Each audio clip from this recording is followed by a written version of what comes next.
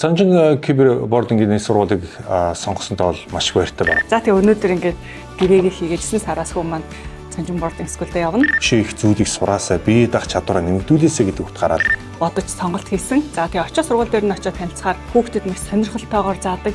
Дээр нь практик маш ихээр хийдэг учраас энэ сургуулийг сонгох шалтгаан болсон. За өнөөдөр би хүүгээ Санжин бординг скул дээр бүртгүүлсэн байгаа.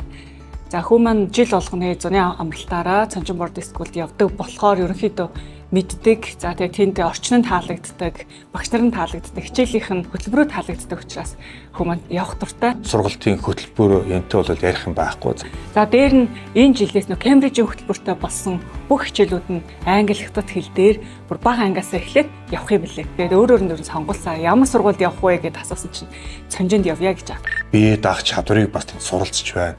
Тэгээд дээрэс нь нэрүүл агаар байна гэдэг бол маш том хүүхдүүдэд өгж байгаа давуу тал юм аа. Санжин бординг скул бол дотроо бүх дуулангууд нь байдаг. Тийм болохоор эцэг эхчүүдийн нөгөө цагийг ч гэсэн маш их хэмж байгаа. Тэнд баярлаад байснараа одоо гэрээсээ хол байж хүүхдүүдэд цөлж байгаа асуудал биш шүү дээ. Энд чинь хүүхдүүдэд хайртай байгааг шинж. Хүүхдүүдийн илүү зөв зүйлийг мэдэж аваасаар гэсэнтэй энэ сургуулийг сонгож байгаа.